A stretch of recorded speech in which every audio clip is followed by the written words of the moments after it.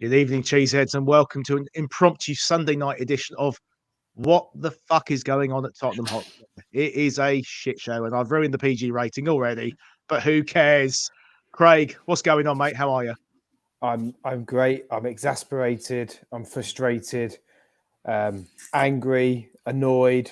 I feel like we're going back in a time warp 7-8 years ago. It's just one thing after another with Spurs.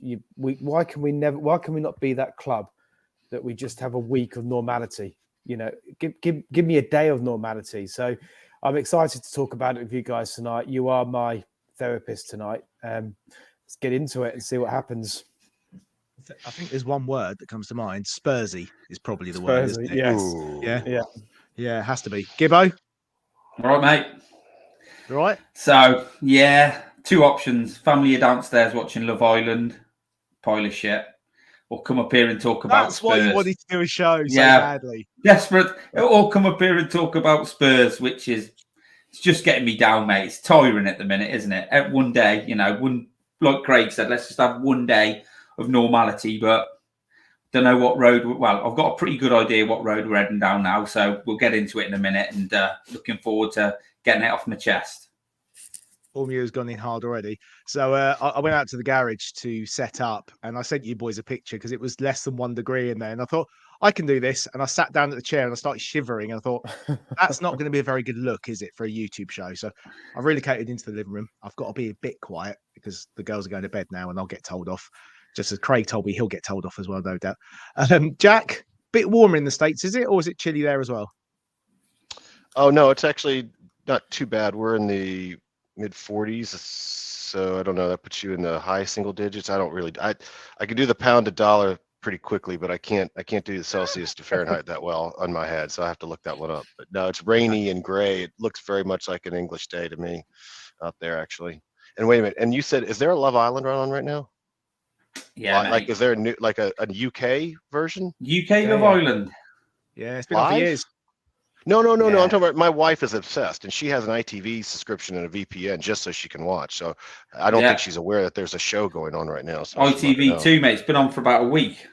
I get to do my own thing after. She does I get to do my own thing after 9 o'clock every night for a few weeks. Okay.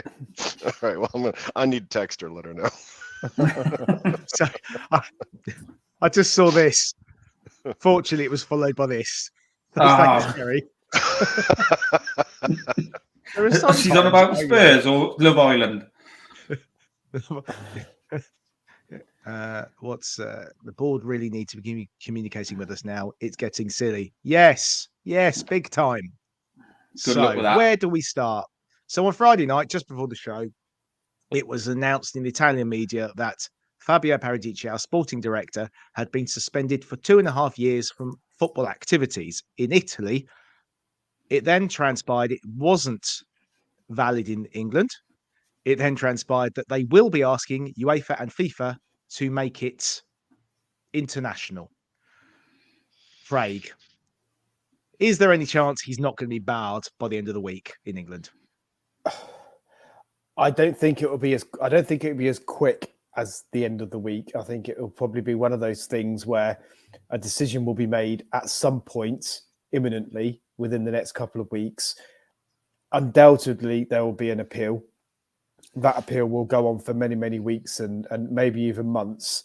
So I think in terms of an indefinite ban from England and being able to work in England, I don't think that is imminent. Although there is something in the Premier League rules about if you're banned from any affiliate, any football association in terms of sporting ban, then you cannot be a director of a football club. And obviously, he's one of our 7 footballing directors or directors on the footballing side.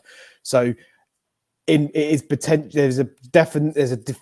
definitely a case to answer for, or a question of Levy around what does he now do with Paratici moving forward. Either way, for me, it's put Spurs in such a difficult position, and it's put all those headlines back onto us, these negative headlines the negative connotations that come with it. And invariably, for me, it feels like his position is, if not already, fast becoming untenable. Yeah. Jack, how is it that this has been rambling on for a while, hasn't it? Mhm. How is it that Daniel Levy has allowed this man to still be a director of Tottenham Hotspur Football Club, which he is, and the man leading our football side? Yeah, I think that's a really, really good question. Recent show that I was on with my son, Gibbo. I guess it was a City reaction, and we got into this a little bit. And my son made a good point. He's like, even let's just take the best case scenario that he was really not aware of what was going on. Then it's gross negligence that he didn't know what was going on because he was a director of football at Juve. So one way or another, he's either cooking the books or he's incompetent, and it's not a good look. I mean, either way.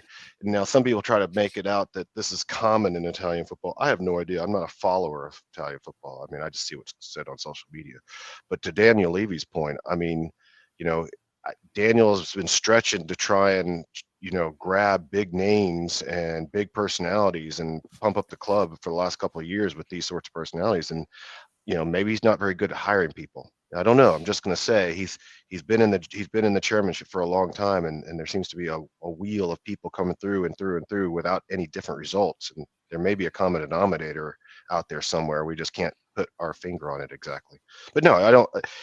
Whether he's in charge or nominally or not, I think to Greg's point, it's untenable. You can't have him as the face of the football side of the operation with this going on. I mean, in all situations like this, even if you think you've done nothing wrong, you step back.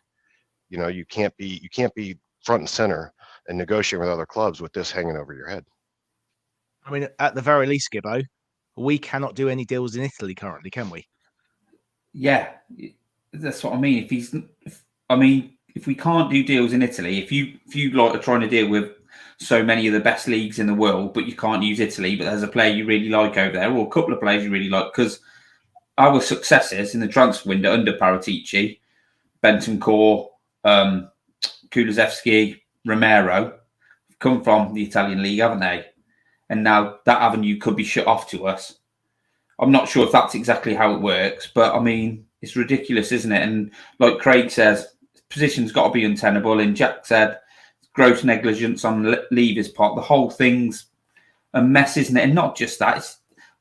It's just, how can you have somebody who's been, obviously they will appeal, but been proven to be cooking the books, doing that job for you? And I know they're going to appeal it, but apparently, I think it was on the Fighting Cock, they were talking about it, but there's voice notes and stuff between like Paratici and Nedved saying, look, if we get caught here, we're in deep shit. So it's like just prolonging. And I think you said, Craig, we were just having a little talk about it in the chat, and you're saying, like, if you work in HR, there's ways to get around it. But I mean, there's not even been like, it's been pretty much 24 hours now, and there's not even, this has happened. It's quite major. Nothing has come out from the club, has it? And I think it's because Levy is fully behind Paratici, isn't he? He's his guy. He lauded him when he appointed him. He said that he's been wanting him for for years and years. He's very much he put everything into this appointment. His whole almost stepping away from the football side, putting Paratici front and center. He's going to be overseeing this stuff now. Who made the statement when Nuno was sacked? It was Paratici. Who made the statement when Conte was appointed? It was Paratici. He's very much everything that Levy wants, and I think it's so difficult. I think he must be torn in terms of what does he do here, because I think he must know the right thing. He's got to do the right thing, hasn't he? Of course he is. Yeah, and exactly. I just find, sorry, Craig, but I just find the whole that nothing has come out from the club baffling. Like I said, this isn't not even to say, look, we're fully behind Paratici, whatever. But like, it's apparently he's just yesterday morning he turned up and just got on with his work. I mean, what is it's like when we say the name of the show? What is going on? What is going on? Yeah, how can you be trusted to do those deals? We're always going to be under scrutiny. his deals are always going to be under scrutiny. It's more embarrassment on the club. That's in my opinion. Yeah, But, I mean, I do think under Levy, there's unlikely that they're going to That's exactly break the what I law was- the way that Juve have done. They might try and see what legal corners they can cut to make a bit to save a few dollars, but they're not going to be doing what they did, which is, if those of you don't know what it is, it's basically they falsified income from transfers. They basically sold a player for X amount and said that he actually was much more, so that they could beat FFP. That's all it was. So obviously FFP, which seems to have no power at all in this country, well, certainly as far as Todd Bowley goes anyway, and Man City have gone over the last few years, does seem to be having an effect in Italy. And the Italian FA are going for the old lady herself, Juventus, not for the first time, because they've been relegated in recent years, haven't they? And they've Mhm. had all sorts of issues. Mhm. But as far as I'm concerned, he cannot stay in the job at Tottenham unless, evening Craig's cat, unless there is a really valid reason for him not to be implicated. But as you've already said, Gibbo, I listened to the Fighting Cock this morning as well, and he said about there's voice notes between him and Nedved saying if we get caught out, we're screwed. So I don't really understand what defence he has ultimately. What's Craig said here? A statement is probably being reviewed by lawyers and released this week. Yeah, absolutely. I appreciate the club have got to be careful what they do. The biggest issue for me is that there are 9 days left of the transfer window. We haven't signed. Are we like the only Premier League club not to have signed a bloody player? Well, we're the only player. I think we're the only club in the top 6 club not to have signed a player at this point. Yeah. Who did City I mean- sign? Who? Sorry, Who did City sign? they signed a young Argentinian kid, haven't they? Yeah. Oh yeah, some young kid. Not. Let's face it, Jack. City don't need to sign anyone. Yeah. No, I'm not saying they do. Yeah. I was just mentioning. I was like trying No, to it's a remember. good point, I couldn't yeah. remember. But when you look at it as well, the whole thing about Paratici and him cooking, and people have talked about since he's been here, was constantly on his phone. You always saw him about the place. Lately, no sign of him. That suggests to me that not all is how it should be. So, but as we'll come on to, it's not just there. The shit rolls down, doesn't it? But Do you know the worst thing about this whole shit show? Is that Dave-O can be so smug now with all of us. All these years. Yeah. He's I think there's. I understand about. Clearly, the club needs to be have to be considered about what they say in terms of any statement, and it absolutely has to be thought through the lawyers. But you can say something. There has to, even if it is a holding statement or anything, just to say, we recognise this has happened. This is our current position. Is he robustly disputes the allegations made against him, and he'll be appealing. We'll make no further comment until that point. At least we all know where the club is at with it. To have this uncertainty that we have, which is part of the issue, I think, with a lot of the frustration that the fan base have at the moment, is this lack of communication from the club, and when they need to communicate quickly and articulate something which is going to calm the fan base, they just don't act, and it's so frustrating. It's so easy for them to do something, but this inaction in the statement around Paratici, inaction around our transfer window, inaction around the future of the manager. It's this common denominator that's coming through, and this is what's creating this stir amongst the fan base at the moment. Act, do something, do anything. Just anything is better than nothing in this situation. Yeah, I mean, I completely get the club's view of not wanting to release too much information during the transfer window because it might, give them problems when they're negotiating with other clubs. But ultimately, we've got a problem because we're running out of time in this transfer window. We desperately need to improve this squad. Otherwise, we're not. I mean, Champions League, somehow, most of the clubs have around, in fighting for Champions League with us, haven't done very well this weekend. However, we've got a really tough game, which we might get to later. I know we didn't really get previewed that much on Friday. A really tough game tomorrow at Fulham. Years gone by, we'd have said we could win this easily. But they're 2 points behind us. they've got a striker, Mitrovic, who will cause our defenders problems because they can't bloody defend all of a sudden. But Go on, like these games are. Sorry, Jack. This position that Spurs are in, it is savable. We're like fifth. Yeah, we are 5-6 points, whatever, off the rest, and the others are caught up with us because we've had a bit of a bad time. But all it needs is a bit of jigging about. All it needs is like to bring the players in that we needed, a bit of commitment from the manager, and a bit of communication from the club on what's going on. Get a little bit of sort of momentum and feel good. But there's nothing. And that's the hardest thing as a fan to sort of stomach. A lot of nothing. Sorry, Jack, you carry on. No. Well, I was coming to John's point is that 9 days left. I mean, and I don't know, maybe I come at this differently because one is I broke my rule over the last week. I usually go into a cave during these things and just don't pay attention. But I have been staying off of the news and the transfer cycle just because I find it annoying but I've assumed for the last 5 days at least in my mind that we're not signing anyone, and you say we have 9 days and we've got to improve the squad as if you're expecting a signing, and I'm just ignorant, but do you really expect the club to bring somebody in? Is that actually an expectation of anyone? Well, it could just be me being negative. I don't know. No. I think you're right, but it looks like to me now. Why would you go for anything other than a loan till the end of the season? Why would you go and sign a flying wing back if next season you might not be playing with wing backs? And why would you, as a player, sign? Yeah. I mean, it's one thing if you're going to triple my wages. I'm playing somewhere where, it's a shit show, but it's triple my income. So hey, I don't mind. It's the Premier League, so I understand that. But I just assumed that we're not signing anyone. My hope was that, that somehow that you get a rally around the team. Everyone feels like they have it's us against the world, and somehow they can communicate amongst themselves in that dressing room with their manager and say, hey, a lot of us aren't going to be here for the next 4 or 5 months.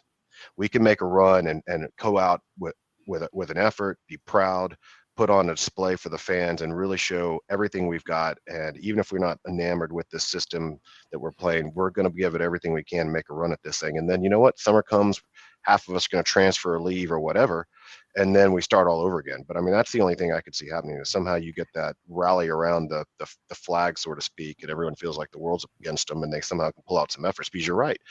The season isn't lost, at least from the table perspective, statistically speaking. The competitions, you're still in 3, right? Yeah. So you would say maybe, or like we said on the last show, Gibbo, pour your heart into one of the competitions. See what you can do. Make a deep run. Get the fans to rally around a deep run into one of these competitions. Obviously not the Premier League, but I'm talking about the FA Cup or Champions League. And maybe they can pull this off because there's enough talent in the squad now that everyone is healthy to rotate and do something different than we've seen for the last 5, 6, 7 months, all the way back to last season. But the FA Cup tends to be on a Saturday, doesn't it? You roll in a week in between in the Premier League. So you need to, if your winning becomes habit, you just got to pick your form up. Go in the Champions League, try and get as far as you can, but get the form going again. Start playing again in the Premier League, and that'll hopefully roll on into the FA Cup. And you just start winning. You start picking up momentum, and like the FA Cup's a great chance for us to win. We can easily, I think top 4 will be hard now, but we should be looking at finishing top 4 and winning like the FA Cup. But if we won the FA Cup and got Europa League, and then we sort of have somebody new come in, but it's got to come from the coach as well. He's got to want to do it, and I know we'll come on to it in a minute, but he's got nothing. If he's got nothing invested in it, just his own pride, which I don't know. I just think the whole thing, there needs to be something needs to happen, and I think that's why we're all here to talk about it. And we'll get on to the management situation in a minute, but you just can't we just can't sleepwalk through the rest of the season, and there's different aspects to what will go on as to why we can't, and people will be able to say, but maybe the club needs to do that, but you just can't afford to do that. The club, I think, has to take some signings in this January transfer window. They just do. We all agree. We know. Let's not necessarily get into players or positions. the squad needs strengthening. The squad needs help. Conte needs help. And if we don't sign, the reality is, as I think we've all sort of saying, that is the writing on the wall for Conte. There's no doubt it's the writing on the wall for Conte if we don't sign anyone. We've got 2 weeks of this window left, or whatever it is, 10 days left of this window. We have to get a signing. I cannot see a world in my mind where we don't make a signing, because if we don't, it's exactly what you've just said, Gibbo. It's done. The season's just going to taper out into nothingness. And that's me being, I'm never normally negative, as you guys know, but that's how I feel at the moment. It's so important that we strengthen this squad if we can. Yeah, I think we will. But like when you look at, they're after Zaniolo now again, the talk Zaniolo again, but we want a loan with the option to buy, don't we? We want and it's not as if we haven't got the money. I don't think. I think the club is in a decent financial place, but we want a loan. So so for me, that's like, well, if someone else comes in and they don't want him, we can send him back. What's in it for Roma? Well, that's the point. That's it. They want money, don't they? That's what. Yeah.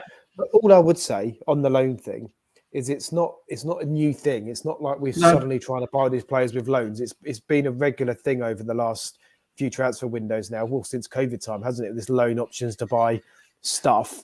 So, I don't necessarily link that to Conte's future necessarily. I just think that's a transfer strategy that a lot of clubs are adopting. So, typical Paratici tactics. It's going to be interesting. We've got to help. Like I say, if we've got any hope of Conte staying and this season not turning into nothingness, we've got to make a move. Yeah, I think Paul's comment here, loaning him as he's had double ACL surgeries. I think that's probably one of the reasons. I think Gibbo, your point about moving him on. I think Longley we always knew was just a fill-in, and after his performance the other night, thank God. Yeah, because I know players make mistakes, but my goodness, I think there's a double-edged sword with him. The injuries, although, was it Steve said to one of the guys in our chat earlier, said that it's Roma's pitch seems to call. They have a lot of ACL injuries apparently in Roma and Lazio. I haven't looked at the stats on that. I wouldn't know. It's actually the pitch is quite so. Hopefully he's come back. Apparently he's not been brilliant this year.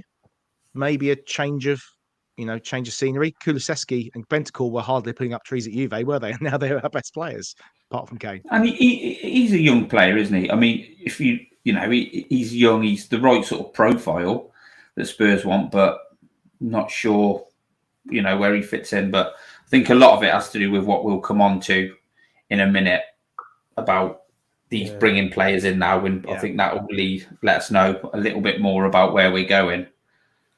I just want to touch on this one. Are we definitely sure Romero, Kulusevski and Bentancur deals are legally legit? Well, number one, we can't be sure of anything because we haven't seen the deals. However, I would suggest that anything that goes through the club, Daniel Levy is going to sign off on. And he's not going to let something dodgy. If this was all to do with about trying to make the deals look more than they were because of Juve's capital gains or whatever, or FFP or whatever it was, I think we will be safe, but it'll be the selling club. I do remember, and you, Gibbo and Craig, you might have heard stuff with Clive Allen talking about when he moved to Bordeaux and the fact that he got interviewed by the police because it turns out the manager, the owner of Bordeaux, I can't remember his name now, was massively on the fiddle, and every player he signed, he doubled the price of on the books and was pocketing the difference. So I think Alan we got $1 million for, but he said that it was like 1.8 million he paid Tottenham for, and £800,000 just disappeared out of the Bordeaux accounts. It's a little bit like that. But Spurs. There's no wrongdoing on Spurs. No, I think this is. Don't want to get. I think we'll be fine ultimately. Yeah. You just got to. I know it's probably very slim, but you just got to want to hope that we don't get caught up in any of it, don't you? That's the thing now. Are you always worry whilst he's sort of in place? Are you going to get caught up in it? Is he going to do something to get a player? I don't know. Like you said, probably not with Levy, but it's just another thing to fuck with your head, isn't it? Yeah, absolutely. Right, and that's what Craig said here with Levy in charge. deal structures. I'm assuming they'll be legit, Paul. I think that's. I'd be very surprised.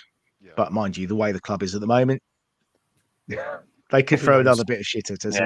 Yeah. Shall we move on to the rumours about our head coach then?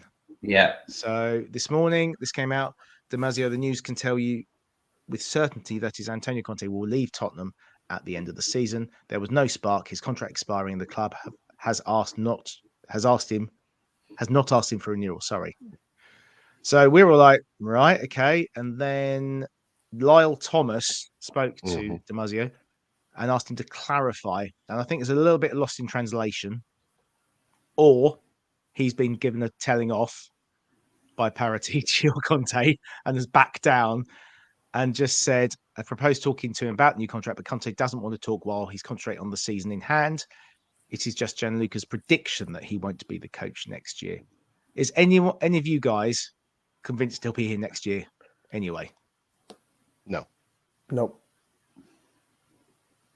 No chance. Well, I wouldn't say no chance.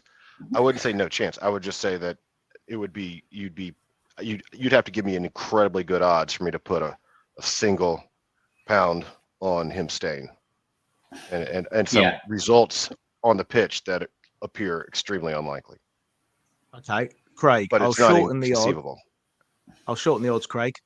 Will Conte be the manager on Valentine's Day when we play AC Milan? Oh, that's a good question, John. Yes, I think he will be, because I don't think he will quit. We've had this conversation before, haven't we, Gibbo? I don't think he'll quit. And I don't think the club can sack him. I don't think Levy would dare sack him right now. So I think he will still be manager Valentine's Day. Yeah. Okay, Gibbo. If we get knocked out by AC Milan, will he still be the manager?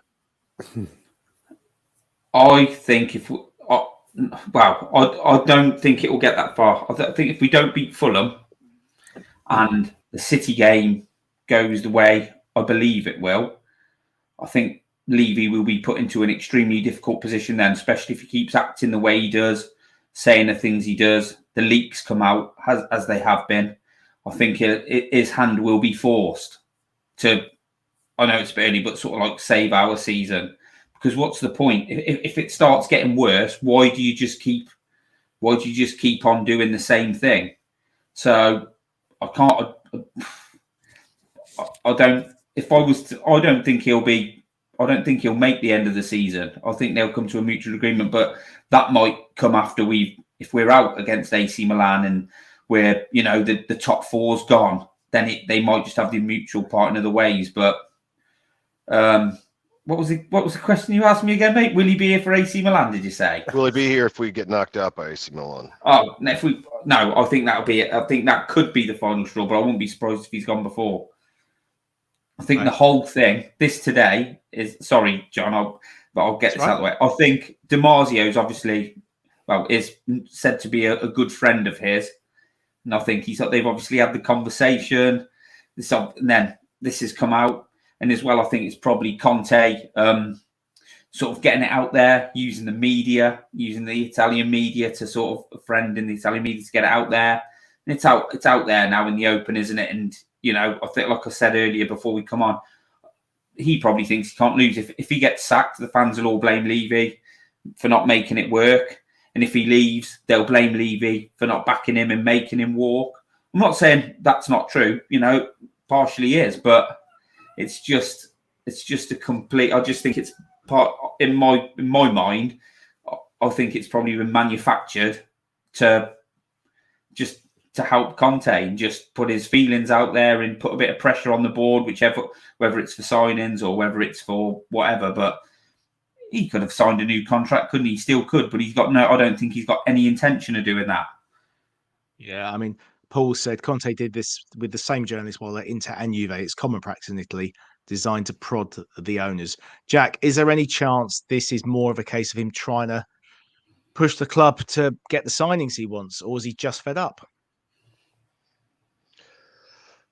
I would say it's more along the lines of his MO in in how he handles ownership, and because he's that type of personality. Clearly, if it's a pattern of him in the past. I don't think it's that he's fed up and he's wanting to get sacked, although I don't know that he would be all that concerned. I'd love to know what the cost of sacking is, because that would help me in developing my odds. And if I knew can tell you now, exactly, he's on 15 million a year. His contract runs out on the 30th of June. So what's that? 5 months.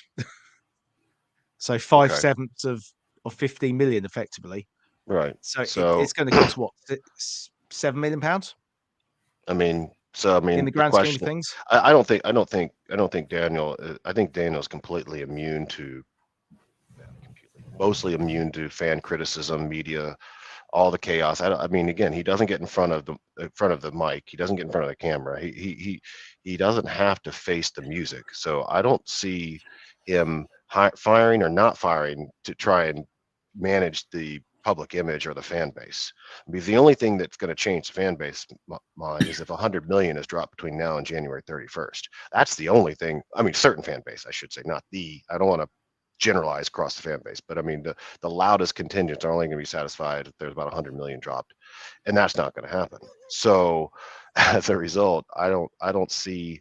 My feeling is that if there's been a decision that he's definitely not staying, right, then there needs to be everyone on the same page. Say, okay, we're all going to pull the same direction for the next 4 or 5 months to do as well as we all can for our individual situations, the club, and our careers. Or you got to say, you know what, I'm not going to stay, so you might as well part ways now. Pay the 7 million, walk. You can't as you said, you can't just be in a limbo land indefinitely and then just wait for the results to get yourself fired. You got to. It's a fork in the road. Take one of them. I don't care which, but take one of them. Yeah. I mean, Gibbo, you've agreed. If we are at this impasse where it's pretty much decided he's leaving in the summer, whereas a lot of us think that that's definitely, that's the latest it's going to happen. Is it a case of he probably needs to go sooner rather than later? Yeah, from my personal opinion, it is. I'm a fan. So I genuinely only want what's best for the club. I don't want what's best for my agenda. I don't want what's best for a certain person, or want what's best for the club. Now, I think I said before, like when we were talking, that the atmosphere in that round the club's not very good. We know he's going. If we don't sign players or we don't sign players permanently because we think he's going, then we're not progressing, are we? We're just standing still. So we've got however many months till the end of the season. And I just think, I'm not saying it should be Poch, I'm not saying it should be Tuchel, but let's say it's one of them. This guy can come in, maybe lift the club, change things a bit. They've got until the end of the season to look at the squad of players they've got, actually play them, make decisions on them, and then they can get them moved in the summer and we can start, rather than we just sleepwalk into the summer and then he has to go through all the training and play him in some friendlies and then make a decision. We're sort of 6 months behind where we're trying to go. We're being the club. Sorry, mate. The club. It's all right. The club is being manipulated and dictated to almost by Conte, and it's this game of you need me more than I need you type thing, and I think for me the club just needs to take control, and as we've said, it's a fork in the road. Make a decision, whatever that is. If it's about saying, right, Conte, you either sign this new contract, we want you to stay 2-year, 3-year contract, whatever it is, sign the dotted line now, or we're going to go our different ways. We're going to go our separate ways. And not say, then you say, we either do that now or we do it, however we do it, but fucking make a decision for God's sake. I'm exactly with you, but it's just like, for me, there's no future in it. So if we're all talking about that Spurs have no plan, no strategy, well, there's no time like the present. So let's get on with it. Let's do it now. If we're just, so what's the thinking that Conte comes in and he gets his top 4, wins us the FA Cup, and he walks off, or somebody else comes in, so whether you're Levy in or Enic in or out, that whatever happens with that, however we get them out or whatever we do, that's a long-term process. We need to start getting things moving. The club need to start pushing the team on the field forward. So if we're going to do it, and the person you want is out of work and they're available, do it now. Let's start now. For me, if we're not going to keep Conte and we get in, let's say Tuchel, I won't say Poch, and we get Tuchel and we're saying this is what we want to do, this is the type of players we want to get in, this is how we're thinking to go, this is the way we want to go. He agrees, he comes in, he can start that process now. And if we finish the likelihood is we're going to finish in the Europa League places the way it's going, Europa League places or Conference League places. I know none of us want that, but that's how it's looking at the minute. So if we finish in those places with a new manager, but this is the guy that's going to take us forward in something we're all behind and that's the direction of the club, then so be it. Because what none of us want is to just go sleepwalk through the rest of the season knowing that the manager's going anyway. So if the guy's there, like you said, Craig, take action, do something. If he like I said, if he walks, it's going to be Levy's fault. If he sacks him, it's going to be Levy's fault. There's no way out of it for him. It's no win. The only way out of it for him, the only win for Levy is drop hundreds of millions of pounds for him to get the players he wants. But part of it is well, I think his family haven't moved over. I just don't. And they said in there earlier, and you can only get this if you put that statement up by Marzio. What does he say? He hasn't. It hasn't worked, or there's a word on there, Craig. He said there's no spark. That's come from somewhere. That they've not just made that up. That's I don't think. I just think he could say, "How's it going then?" Oh, there's nothing there. So if that's the case, let's just fucking move on. That's my opinion. There'll be people who say you can't get rid of Conte. But I don't think no matter what happens, he's going to be there next year. But on the other side of the coin, the what else has been said in the press today and social media via these journalists is that the club are offering the contract, want him to sign the contract, which tells me the club want Conte to stay. That's their view. His line is, I don't want to discuss it until the season's done. I want to see, I want to concentrate on us. We're not playing particularly well. We're not doing what we need to do. I want to concentrate on the season, get to the end of the season, see where we're at, then we can make a decision. Bearing in mind, the club still has the option for the 12 months at the end of the season. It's still an option the club can take. Now, on the other hand, there's another journalist saying Conte is going to say that ask the club not to invoke that 12-month extension. And they're also saying, Craig, that the club aren't keen on it now because they realise how. Absolutely. I mean, the whole thing's a shit show because Conte, he knows what Levy and Spurs are like, and Levy and Spurs know what Conte's like.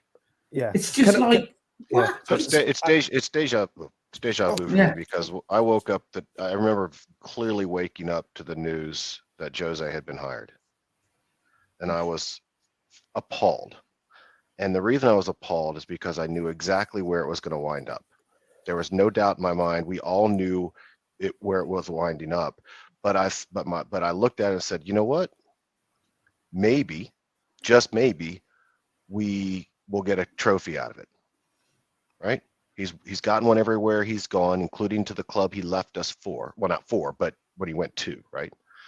And so the same thing with Conte. I was like, okay, well, I don't know as much about Conte as I do Jose because I don't follow Italian football. Yeah. But I knew enough of his days at Chelsea to know that didn't end well, right? Now that doesn't end well for a lot of Chelsea managers. It's all the same deal over there. I get that, right?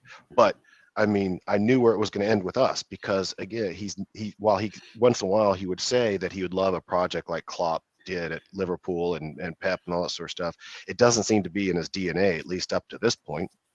So I was like, okay, well, we're getting a better coach in my mind than Jose. And one that, the players can believe in, and maybe we'll get a trophy out of it. And yet here we are again in the same situation, basically, as we were, prior to firing Jose. We got to the pinnacle and it all fell apart. Same thing here. We got up the mountain almost, and then it all fell apart. I can't explain. And for me, one of the biggest things is we don't win anything. And the football we don't even get trophies out of it. No, the football we're playing at the minute is utter shite to watch. So I would rather see a team have a go and win nothing than play the way we do and win nothing and have a bit of feel good around the club. I know that's probably people think, oh, you're part of the problem or whatever, but I would. May as well win. May as well have a go and not win trophies. Is like we did under Poch, is like the shit we're watching now. When you just feel like, here we go again, negative comments, nothing being done on the pitch. The club, do you know what I mean? So that's another reason for me. Just the way he conducts himself and are we so negative? I mean, none of us. I know people knock like Jamie Carragher in studios, but a lot of what these people are saying are true about the situation around Spurs and Conte and stuff like that. You know, like the days of how we're playing. Teams go out to win now. It's like we try not to lose. It's for me, a bloke in his mid-40s who supported Spurs for a long time. It is shit to watch. It is. I've not enjoyed. I think it was Paddy Harnett put something on social media saying, when was the last time you really enjoyed watching Spurs play football?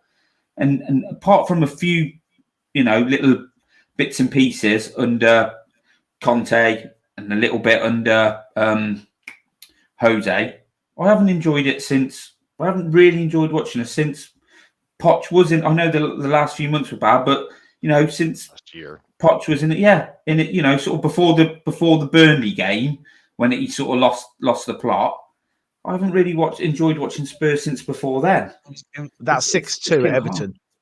That was it, wasn't it? Yeah. That 6-2 game at Everton where we were just brilliant. Yeah. We just haven't been the same since. No. But that's what, like, callers putting here, there was the Leicester game. That's what, but a few fleeting performances here and there. Yeah. That's it. But that's, it has been hard work. Since... He's got up, the man that left before the two goals by Bergwijn left.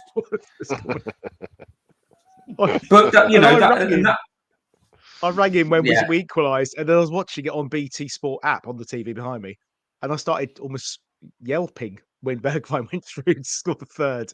Anyway, but that's just a personal. Sorry, that's just a personal. That's to add on to all the stuff. That's just another personal reason for me why I just pull the trigger. If that's where we're going. If it was going well, I wouldn't be like that. Let's move on to the next question. And I'm going to tell you now, I'm on Twitter here and currently trending from the bottom up, 13.1k tweets is Adama. 12.7k tweets is Zaniolo. Trending in the UK is John Fashion, who I've no idea why, and I'm not going to look because the guy's a dick. And 4,500 tweets is Poch. Now, we were told in Cheeseman Towers today that, and we were told this last week, Poch has already been lined up to replace. We obviously all know. Sorry, caller, not that Leicester game. You mean this season when we were shit first half? Yeah. Where was I at? Talking about Poch. We know he lives nearby. Yeah. And this has been rumbling on for a few weeks. And I was like, I can't see him coming back. And as Davo said earlier, you should never go back. It's always a bad mistake. Looking at a lot of the comments on Twitter about Poch, people are like, no, we probably shouldn't go back. And people are saying he left because of the lack of ambition by the club. Now, the funny thing is he left where he got struck with that lack of ambition. And then that summer, the club spent a lot of money on Ndombele and Lo Celso and Sessegnon, although Sessegnon may not have been his choice necessarily. And then it all went a bit wrong. So bad recruitment on that case. Would you guys be happy if Pochettino was brought in and there's something we found out today was possibly as a caretaker, which I find very odd. Would you be happy as a permanent or a caretaker manager till the end of the season? Craig, I'm going to you first. So if Conte is to go, if the club is to make a decision and say Conte is going or he was to walk, I think we can't have another caretaker. It's got to be, this is that next person. We've got to be decisive and say whatever it is. What we can't have is Pochettino or a Mason or whatever, because it is just going to be that the season is just going to go out and fizzle into nothing. I think we've got to go out and get that person in. So would I want it to be, would I want Poch? I don't think, I would say no. I don't think you should go back. I'm with Davo on this one. I also think a lot of the Spurs fans, I'm a Spurs fan, but I think we sometimes look at that era with rose-tinted spectacles a little bit. I think we forget about the hundreds of games where, as Spurs fans, we were sat there chuntering about the fact we can't beat a low block and we can't score, despite having 60, 70% possession and ended up losing the game 1-0 against Wolves or whatever team it was we was playing that particular week. And also, I think the season when we got to the Champions League final, I think people forget how bad that football was in that season. It was dire at times, After Christmas, I think, Craig. But I think so. And all that aside, we said on Wednesday show, didn't we, last week, Gibbo? I don't think there's many managers you can think of where you look back and go, their return was really successful. Can any of you guys think of a manager that's gone back and it's been really, really successful second time? Didn't Jose win the league when he went back to Chelsea? Went back to Chelsea. Short-lived, but yeah. Short-lived, yeah. Probably the only one I can think of off the top of my head. I mean, Dalglish went back to Liverpool, didn't really work. Kendall went back to Everton, didn't really work. But football is different now. I'm not saying that. Poch. I don't really want Poch back. I don't want him to come back and fail and be classed as a real failure. And you're right, Craig. Some of it was hard work. We couldn't break teams down, but we challenged for the title. We finished third when we should have finished second that one year. But we had that run where we finished second and we were good that year. The last season at the Lane was good. We were sort of punching above our peak. But that's what people look back though, Gibbo. That's what people think back to. That peak Poch period. And I'm not critical. He absolutely played some fantastic football, and I was, we was at those games that season and I remember it and it was fun, and I've got such, But he asked for change, didn't he? He asked for change. What we're suffering from now is literally he came out and said. Now, partly it falls on the manager as well when it goes that bad and coaching. But you're right with Poch.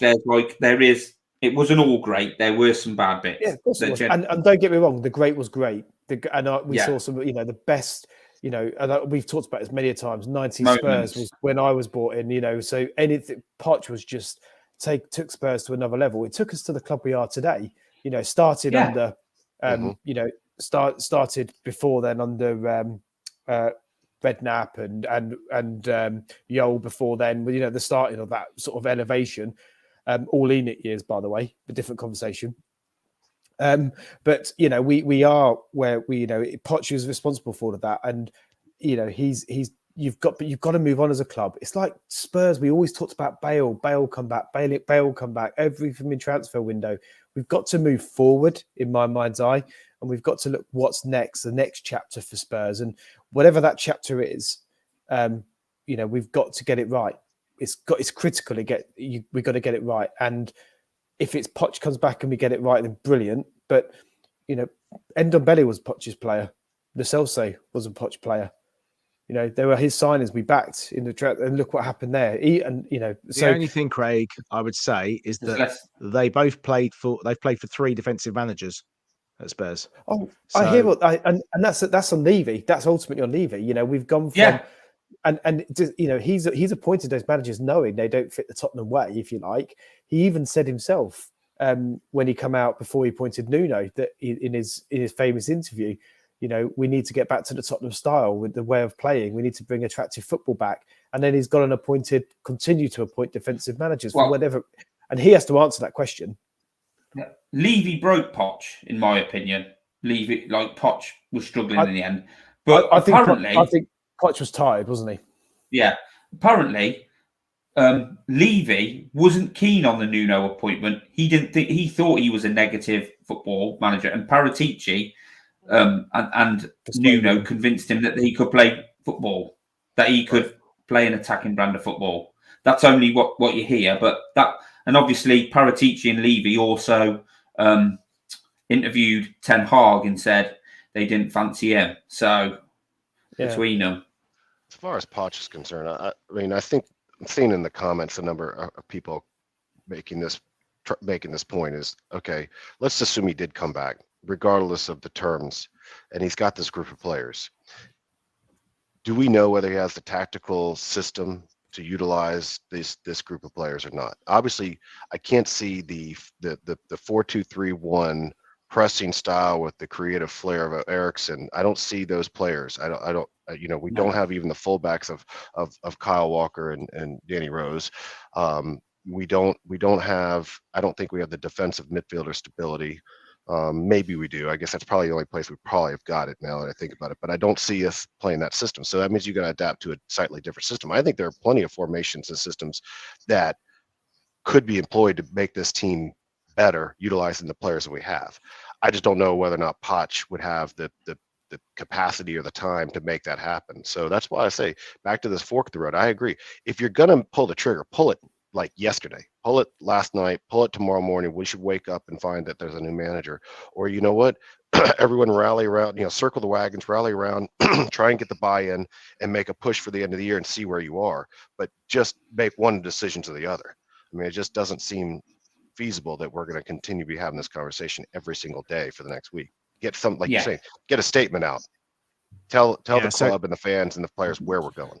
John, where are you? John, where are you on this, Poch? I'm interested in your and I just interrupt because the boss is going to get in, going to be having a go at us soon. 28 likes with 80 people watching is a very poor ratio indeed. Please, come on, guys, click that like button. Well, maybe we're not very good. Helps us out. Or the thumbs down button. Whatever. Thumbs down. Hey, make a decision, one or the other. You got to take a fork of the road. That's what we're talking about here. Dislike. I one or the other.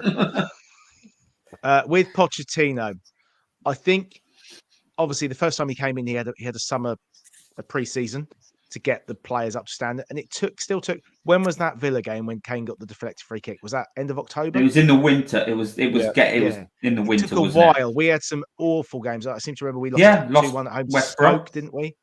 We had some awful games in that run, and he obviously that Villa game was for him. He thought he was going to get sacked. Mm-hmm. But he got in. Cheese from in, cheese from out. He got in. I think we have to allow the next season. Yeah, absolutely. You have to allow that he will have. You hope he will have learned from some of the mistakes he made. Yeah, no doubt he will have had conversations with Daniel Levy in the past year. Of course, as has been mentioned in the comments earlier, it looked like he was coming in when Nuno came in, but obviously PSG blocked that because they won a couple of. He'd have been back then, John, wouldn't he? Yeah, I think if then he'd have been back. It is a strange one because, like I say, they do say never go back, but what we cannot do ever again is go 77 days without a manager. I didn't have a massive problem with sacking Jose, even though it's just before the final, the cup final, because he'd lost the dressing room. It's toxic. Really, really poor at the time. Yeah, you're right. It was toxic. However, there was no the plan was Nagelsmann, and Bayern made and then move. And Levy was left without a backup plan, which was really just so unprofessional and poor play from a guy getting paid 2.7 million a year, whatever it is. Although we'll probably find out he's going to get an extra bonus for Champions League football when the accounts get announced next month, aren't we? But I wouldn't be. I'm not desperate for Poch to come back, but if he came in appointed and could lift the players, which I think he could, he's had a good break. I think he could give us a bounce and get us back up. Whether we can get top four, I'm not convinced. Does the current squad? Does Poch keep Kane? No. Well, supposedly Kane was part of the reason he went. Supposedly Kane was round at Daniel Levy's house, wasn't he? Was one of the rumours. I've never heard that one. That's a new one. Yeah, I heard that one. But then I don't know. I think the only way, if Poch got us top four and we signed 3 or 4 top quality players, and Kane thinks actually this club's going somewhere, the way Newcastle look like they're going somewhere now, and even dare I say it, the guys from Woolwich, then maybe he clearly loves the club, but he's disillusioned. The only place I can see him going, it's all lining up for him to go to United, isn't it? Because they've signed Weghorst on a half a season loan, right? And they're going to have to spend money in the summer. Yep. I've been saying that for a while. United, I swear, I think he'll end up. He's not going to City. He's not going to Arsenal. I don't. Chelsea are signing 5 million players as it is, so he won't be going there. But I love Harry Kane. He's brilliant, but it's not down to him. It's not up to him. It's not up to him who they are. Do you know what I mean? It's either it's the same. You're either in it. You're either in it, or you're not. Oh, don't get me wrong. Nuno was a shit show and he was unhappy, but it isn't down to Kane. Players going round to fucking chairman's houses and moaning. Well, That's what Chelsea Phil's do. saying Kane went round to Poch's house, so maybe I've got that wrong. And maybe, Yeah. Yeah, Okay. that's what I remember that bit. I remember that, Yeah. Phil. I think Okay. Phil's right there. Yeah. So that's what I mean. We can't have players, if Poch comes back, it's going to be what it's going to be. If Kane's going to leave, that's what's going to happen. But I like the comment from Phil, and this is where the club needs to communicate as well. Make your decision. Let's say put Thomas. I quite like Thomas Frank. I think he's got a little bit of edge. His teams play good football. He can adapt, and he could be the next Poch, let's say, for us.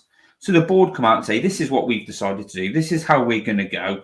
And then he comes to us and sort of we can be a next step from Brent, like the players that Brentford get in and how he plays football. He's taking it then to a team who are challenging for the top four. And he could, he could elevate us and become and elevate himself as well as a coach. So this is what I think. Was it a piece by Jonathan? Is it Jonathan Liu when he said Spurs need to be looking for the next best manager, not not like Conte or Jose. We need to be looking for that. That's what we need to do, like Arsenal did with Arteta. Right. Hold on. Sorry, Jay, I need to bring this up. The reason they didn't back him is because they had to show profits to get the good deals on the loan, the financial backing for the stadium. That's in place for 20 or 30 years. So that's the reason they didn't spend money. Paul Miller's been on podcasts like the Spurs Show and has explained it because Paul Miller works in the City of London now and is far more knowledgeable of this sort of thing. And he explained that's why they did it. Now, if they show huge profits in this window, in this last season, which they're going to release in the next, they have to release it by the end of March. The only reason I can see that is if they're trying to sell the club. Otherwise, that's just mismanagement because they'll be paying a huge whack of tax. And if anything, they should be paying off part of the bond, the loans, if need be, which is 850 million or something, isn't it? But that's why they didn't give them the money for those two windows. We did spend a lot of money at the end of Poch's year. Ndombele was what, £55 million? The Chelsea was £15 million loan and then £29 million. So that's £44 million. Sessegnon was £25 million. We signed other players at the end, but none of them have worked. Now, my big issue is our recruitment is terrible at times. Paratici's has got some right and he's got some wrong. Like Galini didn't cost us a lot. We need a new goalkeeper. We need two centre backs. We need a right wing back. Now the worry is if we change to a team that goes back four, for example. Seb made a really good point. He asked us about how did Udogie play for Udinese today. Now Paul Muir happened to, I think, put in our Patreon chat. Patreon's very good. £3 a month, guys. I'll put the info up in a minute. He said he played really well, and he's having a really good season, isn't he, Udogie? Now, if we go 4-4-2 or 4-3-3, is there even a place for Udogie? Is he actually playing wing back in Italy? Yeah, he plays in a 5. And the problem is I haven't seen enough of him play to know whether or not he's got the skill set to convert and be a Danny Walker, Kyle Walker type of fullback that can bomb forward. And if you can afford that with your fullbacks in a 4, if again you have a center back pairing that knows each other extremely well, and you got one or two defensive midfielders who cover, right? Which is what it's required. So you can play him in a 4, but I don't know if he's got the skill set to play that role. I'm just saying that it's not inconceivable, but I haven't seen enough of him play. But yeah, he plays in a 5, which is a problem because there's not that many managers out there that play, with wingbacks. It's not that common. Tuchel does, doesn't he? But I think Tuchel also seems to be more adaptable than Conte. Poch adapt. Poch played a back 5 at times. He played Dyer and Sanchez started in the middle of when Sanchez looked half decent. He played him in between Toby and Jan, didn't they? Because Toby and Jan played the wide of a back 3 for Belgium to start off with. Yeah, I did. Yeah. So and Sanchez, when we actually thought he was half decent, played in the centre of that. Yeah. So and the Austrian guy as well. Wimmer. I mean, you look at the players we've got. Right wing back is obviously we know is a massive issue for us. Goalkeeper is a massive issue at the moment, and I personally think that Forster needs to be put in to give Hugo a break. And I'm assuming we're not going to sign a goalkeeper this month. So Hugo needs to be removed from the firing line ultimately, and give him a break. Bring him back in a couple of weeks, maybe. Let Forster have a go, because other He's a club United, captain, though, any John. That's he what is, I but can't De see Gea has doing been it. dropped. Big players have been dropped. Big decisions get made. I remember back in the 80s, Bruce Grobbelaar got dropped, and Mike Yeah. Hooper came in and had worldie after worldie. But Dropping a Liverpool's form was keeper at 30, dropping your Yeah, they- keeper at who's 36, not playing him when he's 36 and the captain. I don't think there's a lot of coming back from ultimately, that. I don't think Conte's there's, paid to make the £15 big, million a year. make the big decision. He has to make the decision because it is Yeah. not working. We've had three big failures by Hugo since the World Cup. Well, he didn't even play the first game, did he? No. Right. So four league games, and Hugo's made 3 cock-ups that have basically cost us those games. One thing I just thought of saying, sorry about Poch. I think Poch was guilty of being offered. I'm not going to big anyone out, but I think he was offered.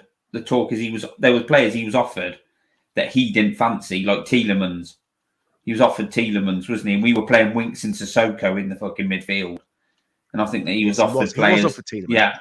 Yeah. And someone's mentioned Fernandes. He was offered Bruno Fernandes and supposedly wanted Lo Celso and Ndombele.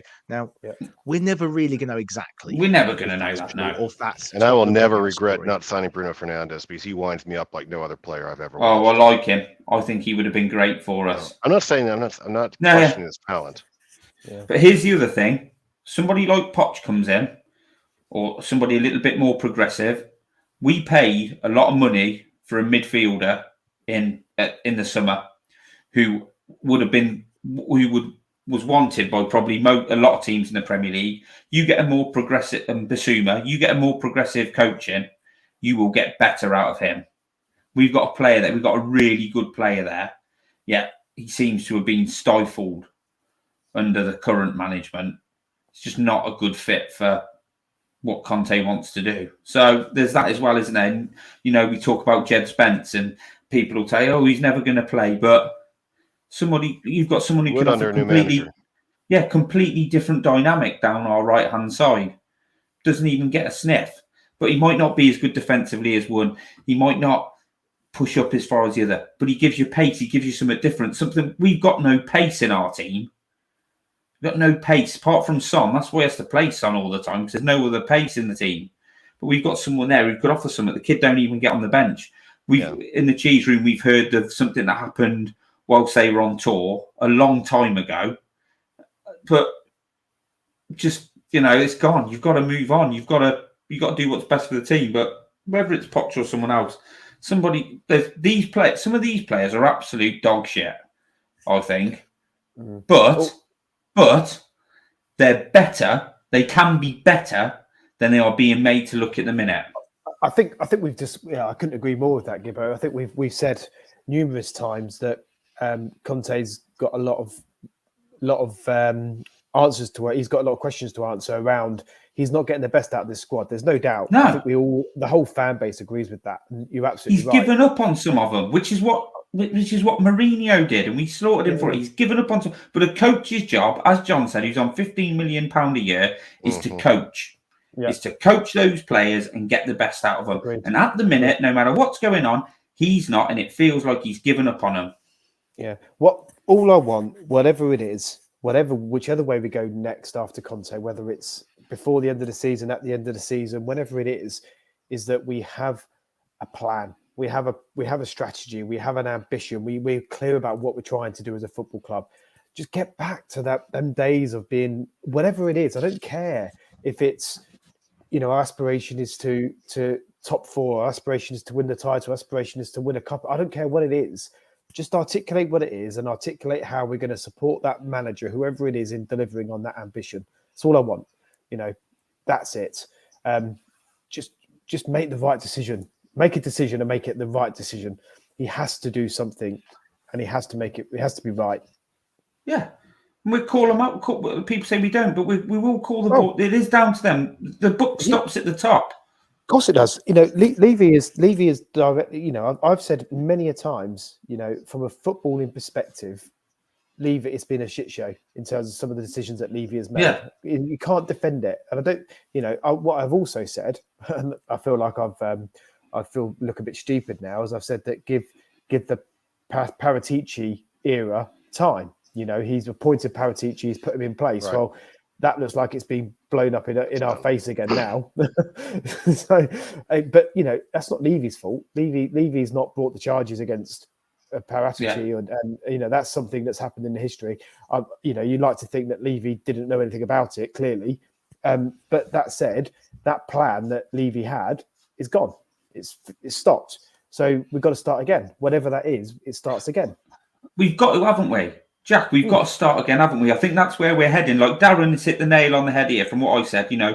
Conte gets paid 15 million coach the players. There's a lot of garbage in that. Yeah, he's absolutely right. There are. So we've not just got to coach these players, but we have got to start refreshing this squad as well. There's a big job on, and I don't think Conte is in it for the long haul. So let's get on with it.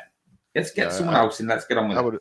I would concur with that. I mean, that's being my biggest frustration, as you said, is that, you have a system, but at some point you have to recognize that maybe you don't have the players to execute that system. And if the board isn't going to bring you the players that you want, then I'm not sure it speaks well of you if you're going to continue to play the same system just to stick it in the face of the board. Say, hey, it works when I have good players, but I'm going to keep playing it even if you don't give me the players. And eventually the results start to get to be where we are, and players start to lose confidence because they're not good enough to execute that. I would love to see him adopt his plans. I'd love to see him try other formations that would maybe get the best out of the players.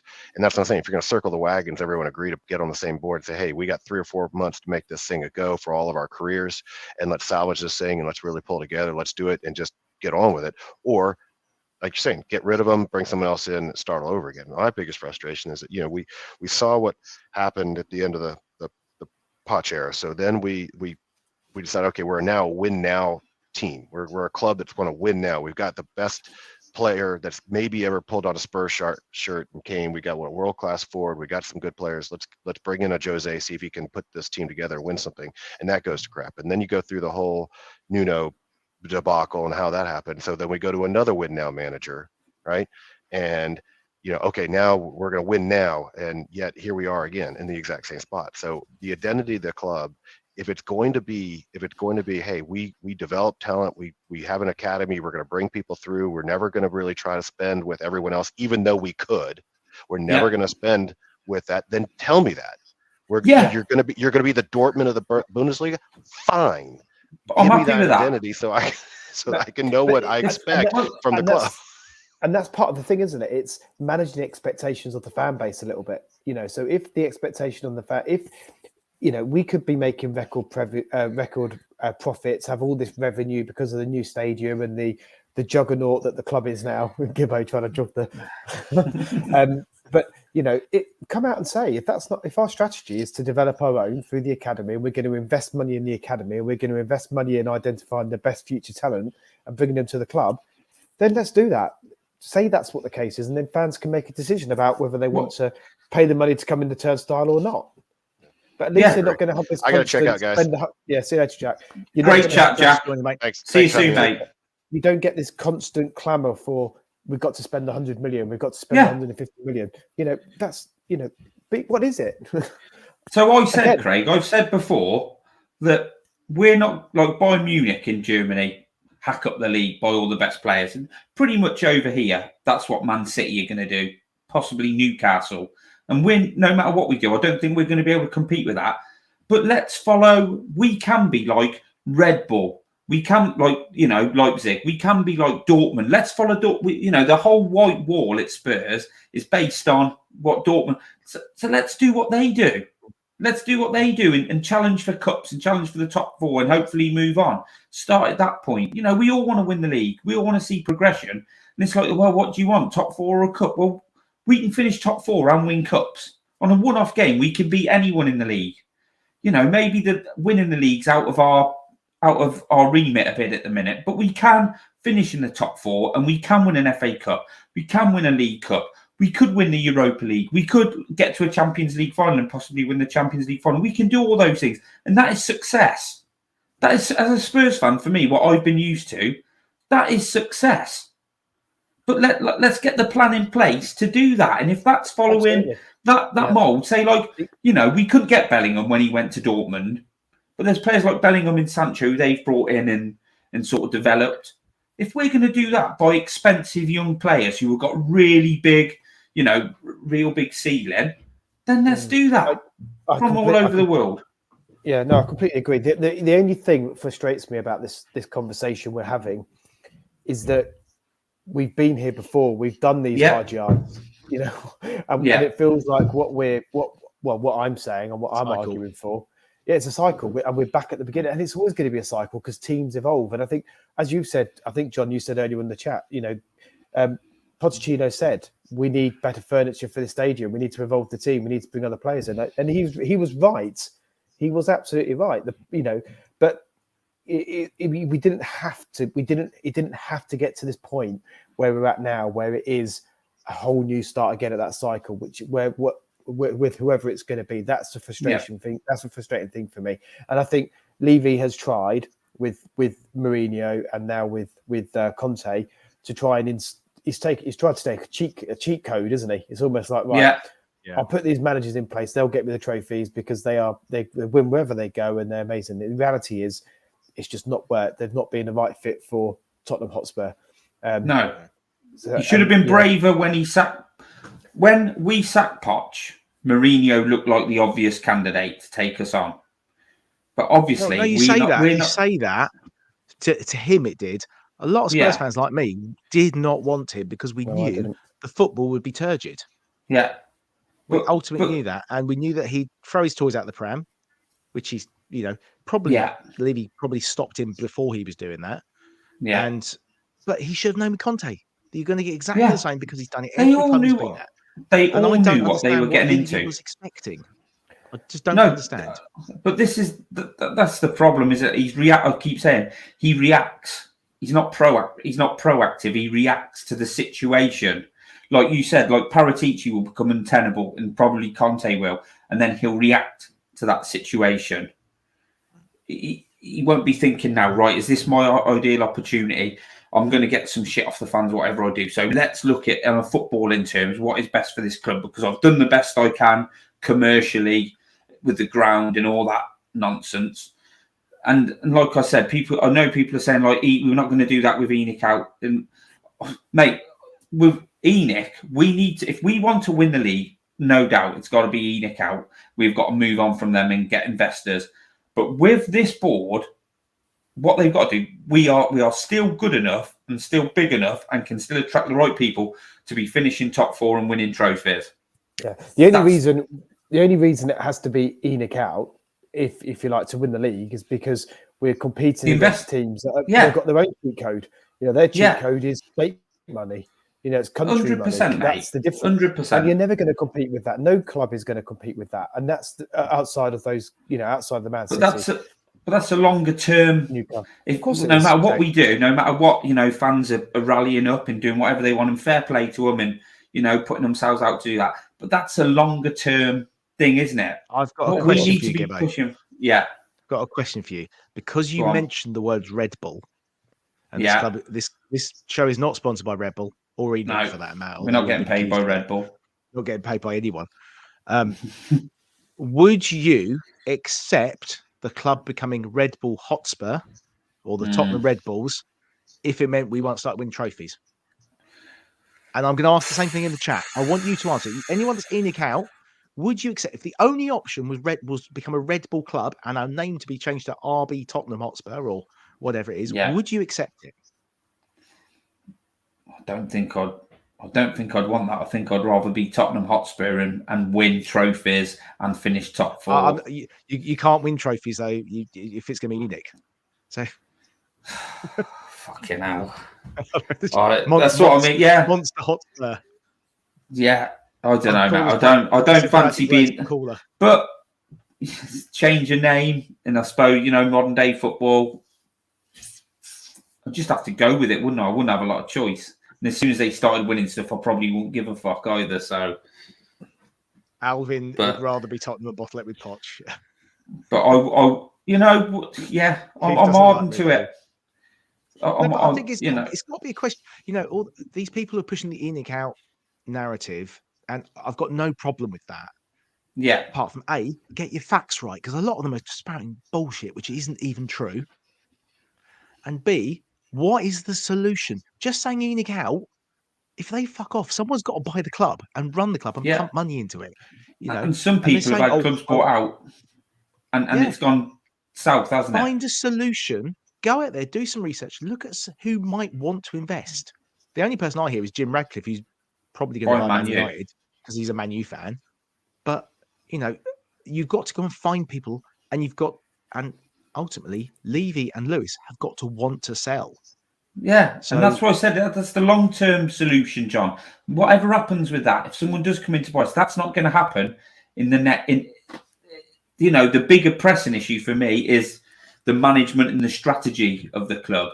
That's what we should, if we're going to be, do your protest to get Levy and the board out. If that's what you want to do, try and build it. That's great. If that's what we need to move on, great. But we also need to be not saying, well, you know, we shouldn't be saying Conte because he's not long-term. What we need is to be better and more proactive on the pitch and more successful. And then maybe people want to come in and buy us as well. Evening, Adrian. Elon Musk and the Space Station X Stadium. I mean, seeing what a shit show Twitter is these days, I'm not sure I want Elon Musk anywhere near our club. Why the hell would he leave with the ninth richest? We're not the richest club. We've got the ninth biggest income. We've also got the biggest debt of any club in the world. But obviously, it is serviceable under the stadium. But again, I keep harking back to it. Those accounts that are coming out in the next, they have to come out in the next 9 weeks by the end of March legally, will be really interesting to see. And I think if it shows a massive profit, I think there could be some real issues at the club. I think the protests will kick up, especially if we don't sign anyone in the next, you know, and sort this all out. Kev, I'm sick of Spurs no trophies. I would sell one of my kidneys. Success. Yeah, you don't want to have all there, mate. Got no kidneys. We're all there with, you know, like we've been starved of success. We should have had so much more. Yeah. We need 2 centre halves, a right wing back, and a keeper. That's what we needed. We also need a creative midfielder. Yeah. Don't we? Yep. And we need someone who can purpose. And we need a decent player who could replace Son, because Son's fallen off a cliff currently. Even just take him out for a few games, the same as Hugo. You might be able to bring him back. Paul makes a really good comment here. The fact that, sorry, that's not the Paul. Where's Paul comment I saw a minute ago? Sorry, Paul. Oh, this go. We are so expensive. Investors would get better value elsewhere. That is true. Yeah. Manchester United, Old Trafford needs so much investment. And that's where you could improve the club. Spurs, you can't really, the infrastructure you can't improve. Ultimately, all you can do is improve it on the pitch. So, you know, Newcastle, they can improve the infrastructure. And I mean, Newcastle was 300 million. And they're talking 3 billion for Spurs, Liverpool, Man United, 3 or 4 billion, aren't they? Ultimately, I think where this will happen eventually is possibly somebody aligned with the NFL, an American, comes in and buys the club. But that's where I think Spurs are probably more likely to head. But, you know, we'll see. Being the home of the NFL and all that, I can read financial reports, Adrian, but I'm no wizard, and this is definitely more Steve Diver question, and I'm going to ask him the question. Surely you'd think if Spurs were making a tidy profit, they'd go, let's just pay a lump off the loan, because otherwise they're going to pay taxes on it. And maybe this, you know, just seems a bit stupid to me, unless, like I said earlier, they're trying to show the value of the club to increase the value to selling it. But I will definitely ask Steve now he's back from his travels around. Well, I don't think Enic are selling. I don't think they've got any. Even if I want them to, even if I want to protest and shout or whatever, I don't think they've got any intention of selling at the minute. I think it would have to turn, and for that to change, I think you need mass protests, really toxic. And even so, though, mate, it's like it goes back to the point we just said. Someone needs to be prepared to put billions in to buy the club. And that's just to buy the club. Then invest more. Yeah. Exactly. And they're buying a club with 800 million pounds worth of debt or whatever, you know, the latest figure is. So you're buying 3 billion on for the assets of the club. You're paying a debt of 800 million before you even talk about any player acquisitions or spending any money. that money just it's hard to come by. I think Caller's put something in the chat about we're not an attractive buy. That's why, and it's not just the debt. It's why spend 3 billion or 2 billion, whatever it is, 2.5 billion to buy Tottenham Hotspur Football Club when you can buy Newcastle for what did they get 300 Newcastle mil. for? 300 million. 300 million. 60,000, 50,000 capacity stadium up north. Single club city. It's everything's in that favour for them, and they can generate that. They can build that club up, and ultimately they'll probably be, a mainstay in the top 4 for years to come. It's depressing. Gibbo, you mentioned Brentford earlier and their recruitment, and Brighton. Yeah. Why is our recruitment so poor? And sorry, you mentioned Thomas Frank, but actually, what you really want to do is try and, if we're not going to spend these multi-millions on players, surely we need to replicate. We need to steal their systems, their Moneyball idea. Why don't we go and just say we'll pay you loads more money to come and work for us to put the same system in? Because like Paratici is obviously a name that just for me, like you said, Paratici was a name at Juventus. Levy liked how he, at the look of him, the styling, all that type of bollocks, and he's got him in. Where really you should be looking at people who are doing their, like we had Paul Mitchell. Paul Mitchell's done well. Pretty other places he's gone. People can't get on with Levy. I think he sticks his fucking nose in too much. If I'm honest. I think supposedly he was supposed to be backing off, wasn't he? He was supposed to be backing off now. Paratici. He can't. I don't think he can, mate. Paratici's actually a director of the club, whereas the other players, the other guys, have never been named on Company's House as director, as far as I know. I just don't think he can. But yeah, mate, there's people out there. Take a look. Do some legwork. Get the right people involved, doing the right thing.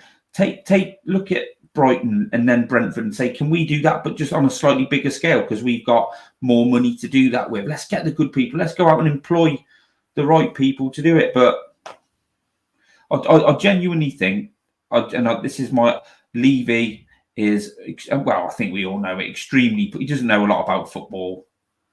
Like all the money and stuff like that, you'd have thought he'd have looked into that more. But I think when it comes to footballing decisions, I think he makes poor decisions. And I think that's just the way it is. Yeah, he's just. Keith's point here about young Ferguson, the 18. They've got this conveyor belt from Ireland, haven't they? I know we've signed an Irish keeper, and we've got a lad on trial this week. Yeah. But it just makes you wonder. Brighton keep like McAllister. None of us had heard McAllister when they signed him from Argentina 3 or 4 years ago, and they keep signing these players from South America. Is it Estepian? I can't remember the left back, and they've got Casado. Yeah. They just keep signing these players. Why are we not setting up the same thing? It's so frustrating. That's where Spurs need to get it right. That's where Spurs need to get it right. Yeah. But to be fair, and again, I know what we know now, Magic Ball. That's what Paratici's been setting up. He's built the infrastructure. He's recruited the scouts. He's recruited the teams below him now to do this work. They recognise they need to be savvy with recruitment. Unfortunately, like we've said, because of what's happened this week, that's now blown out the water to a certain degree. But that's what I said earlier. We haven't given that model. It's not had enough time yet. It's early days in terms of the setting up of the teams that sit below Paratici. Let's see what happens. Regardless of whether Paratici goes or stays or whatever's going to happen in the coming weeks, those teams, that structure that he set up will still be there below, won't it? Was he that good at Juventus? Did they bring through lots of youth team players? Did he find lots of players out there from different... I don't know. I'm just genuinely asking. Seems to me that he signed, he got the deal done for Ronaldo and stuff like that. But did they used to find gems from other countries and stuff for... I think Juventus, or did he just buy the best Italian players? I don't know enough about it, but what I do know is what the structures that he is putting in place at Tottenham that didn't exist there. The fact that we didn't have scouting network, we didn't have a budget. He's tripled the budget, I believe, on scouting. Which in Tottenham, which was never there before, maybe even more than tripled, I think. So I'm not defending any of this, by the way. I'm just saying it takes time. This stuff takes time. So maybe in 2-3 years' time, we'll start signing these players from these leagues that no one's heard of, and they do it. But someone's made a comment in the chat, which I think is absolutely right. If we started signing these names that no one had heard of, as a fan base, there'd be uproar about it. What happened when we signed Kulu and Bentancur last January. Not good enough, too slow, rubbish. 20 minutes in. 20 minutes in. They don't get, we don't create the right conditions for these players to come in. It's harder for us to blood these players into our team. I mean, you say that, Craig, but there wasn't that sort of backlash about Sarr, for example. Now, I know he was loaned back for a year, but all year we've been going, let's give this guy a go. And as soon as he's come in the team, he's looked good as well. But I think we've been saying give him a go because of how bad we've been. Well, I think that's the reality. I'll give you that. The reason I put Paul's comment up here about Steinsson, Steinsson's got he's a former Bolton player.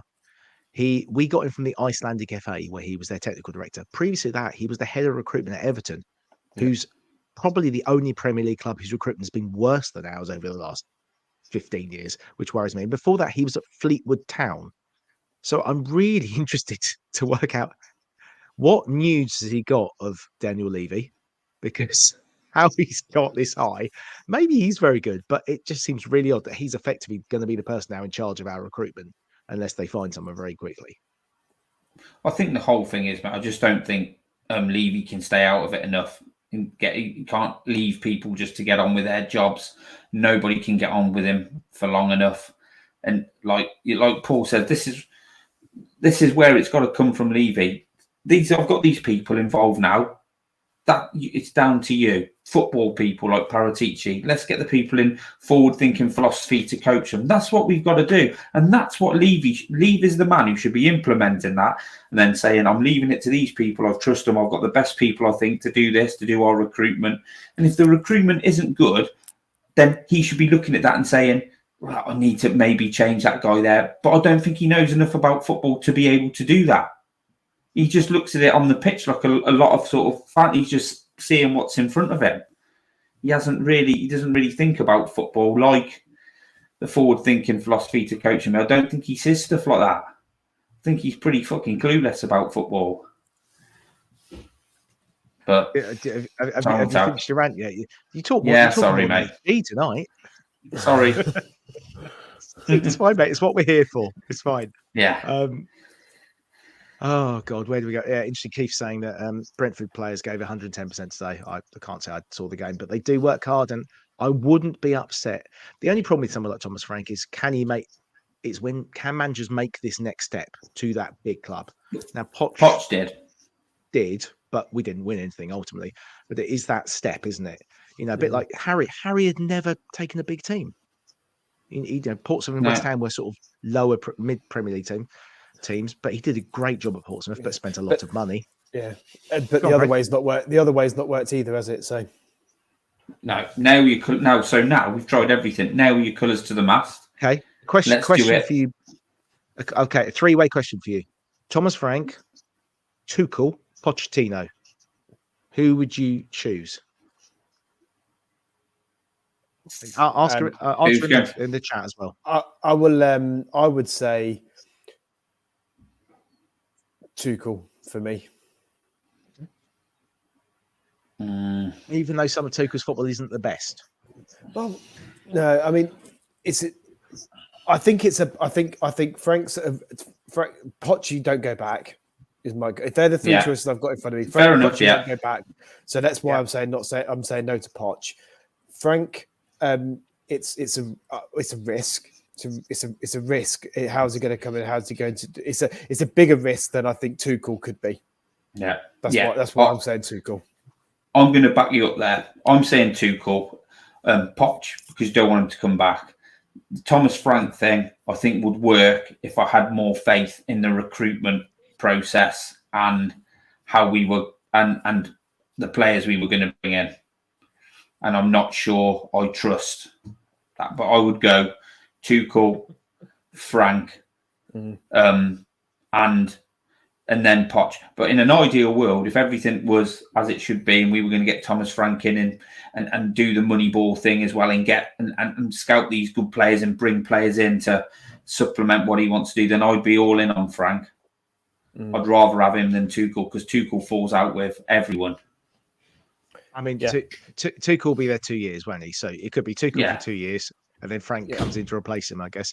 But we've got to, just on that, by the way. Just on, sorry, that's fine. The thing about top managers they don't stay places for particularly long. You know, there's some exceptions to that rule. Pep obviously is a big exception to that rule, but in the main, they don't Klopp. stay for long. These big, and Klopp. But I mean, that's all. Yeah, love to see where they are in the league. They're worse than us, aren't they? But the in the main, these big players, these big managers, don't particularly stay for long, and there's not this drama that comes around their contract situations or whatever. You know, big clubs. They act different. We always say we're a big club, but we They act make differently. big decisions. They make big decisions. Exactly. We're scared to make big decisions.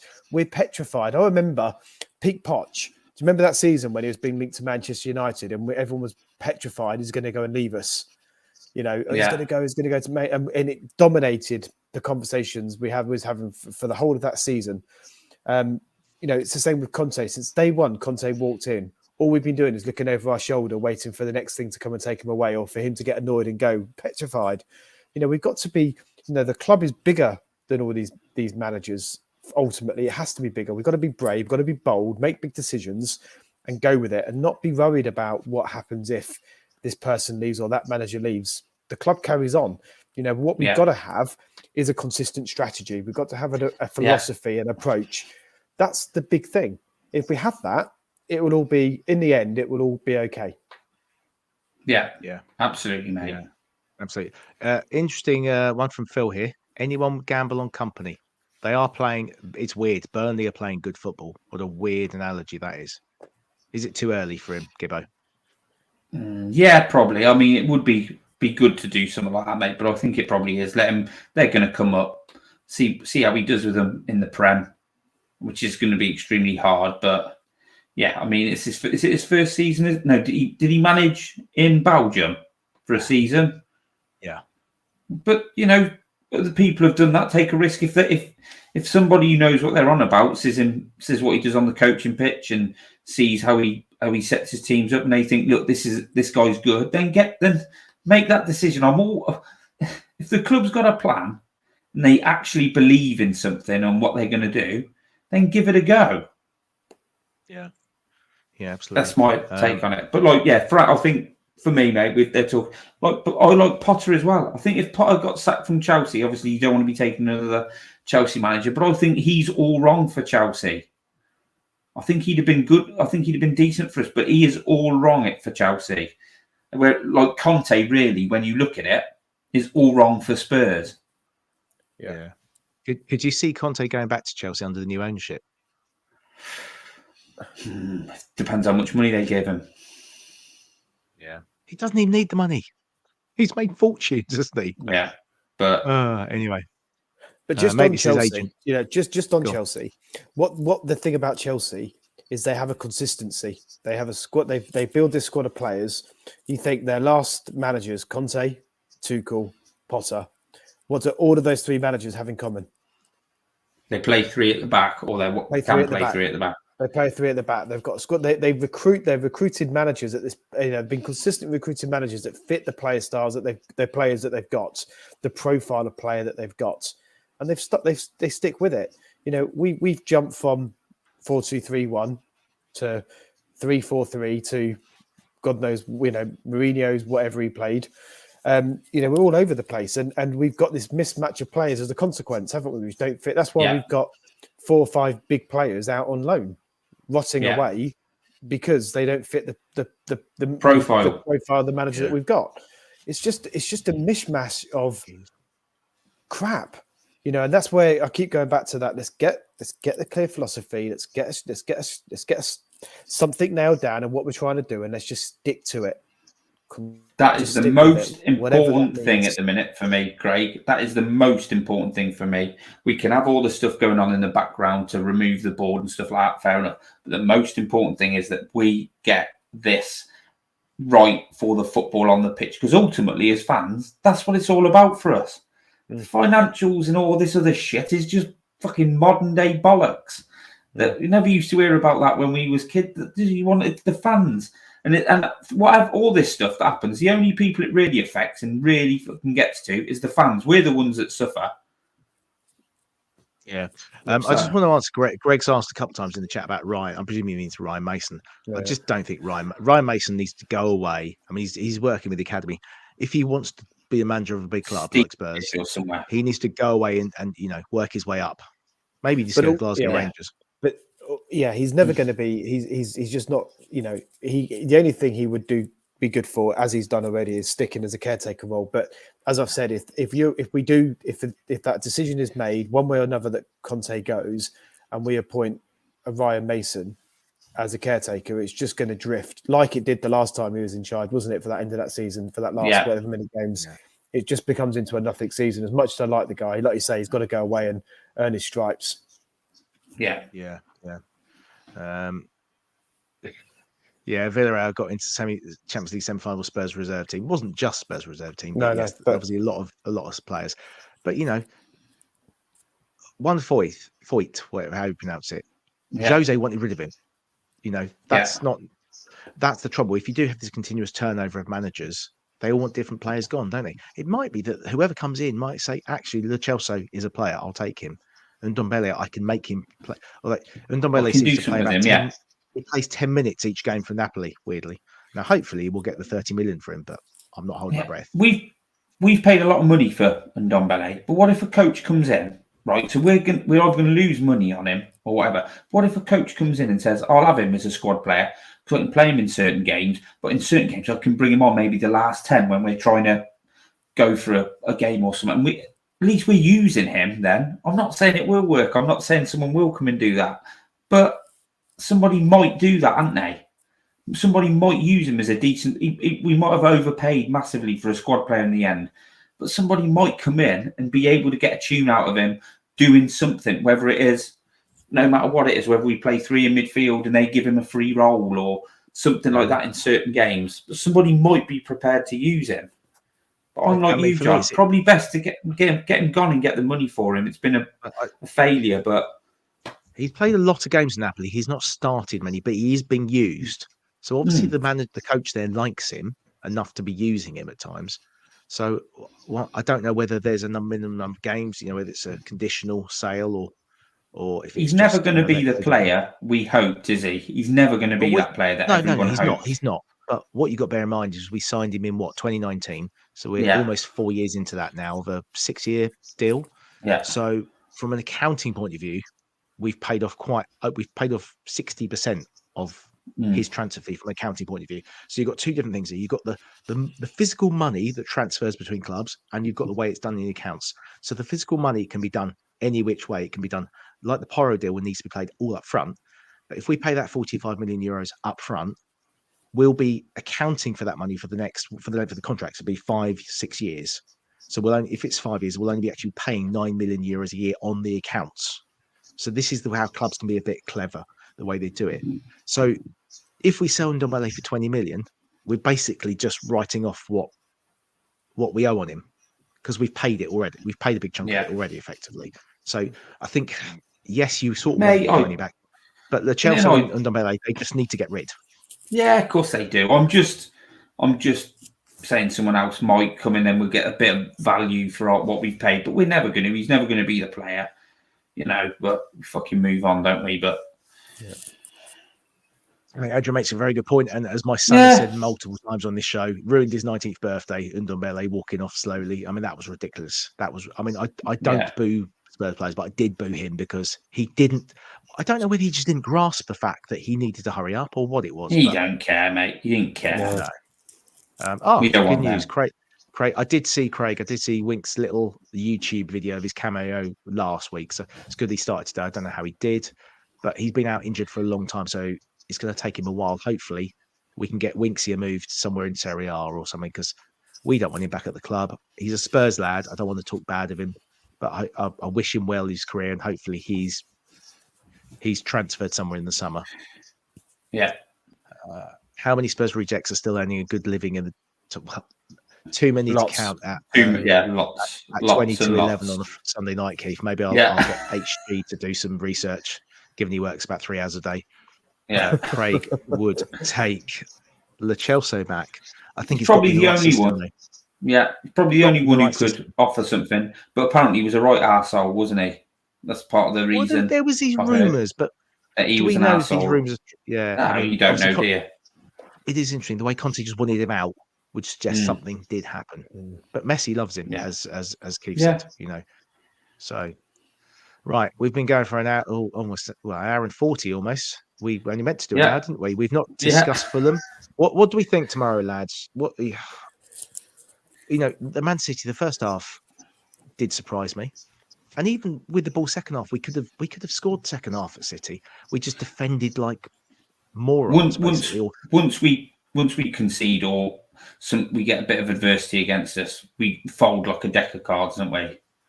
That's the problem. So I think, but when it gets really bad at Spurs, we seem to pull a result out. So I think we'll get something tomorrow. I'm not sure what, but I don't think we'll lose. Okay, Craig. I agree. I think we'll get something tomorrow. It's going to be a tough game, tough fixture. We're not playing particularly well, but yeah, it's a game. It's almost a must not lose game, isn't it, tomorrow? Yeah, we have to get something out of that game. And I think I back us in those sorts of games to tend to get something out of it. Fulham win, they go above us when Man City to play at home after. That is, do you not want them? West Ham, isn't it? Or Leicester and West Ham. The Fulham game at home, which we won 2-1, that's the game when Richarlison had a goal ruled out for offside and hit the inside of the post, if you remember. Yeah. It was probably one of our best performances of the early season. And Mitrovic scored a brilliant goal, which Romero should have done better with. And they did he had a couple of deflected shots as well, which Hugo did well to save at the time. But with early in the season, definitely HG was always commenting how we play better against back fours generally. And the fact that we scored twice at City does sort of back that up a little bit. Yeah. Although, not against Arsenal, unfortunately. I think we'll score, but I think we'll concede. So I'm thinking maybe a 2-1 or 3-2 win for us, hopefully. I hope and so. Tomorrow's show will be tomorrow's show will be right. So we will be back tomorrow night. Cool will be here with Gibbo and Becky and either me or Craig. I haven't asked Craig yet, but be one of us. Probably at about 10 o'clock, just depending on what time the game finishes. We won't obviously be going on at 9 o'clock as usual. Gibbo and Craig, you're back Wednesday, aren't you? I think. Yep. Two new guests. Well, they've been on before, but me and Craig with two non-cheese room members. Looking forward to that. And then also we'll be back Friday night as usual. Listen out for the pod as always, which will be. I don't know if it'll be. I imagine Brendan will record it tomorrow night, and it'll be out at like 3 o'clock in the morning because obviously he's a little and behind once he's edited it. So all that remains to be said is, come on, you Spurs! Come on, you Spurs! Come on, you Spurs!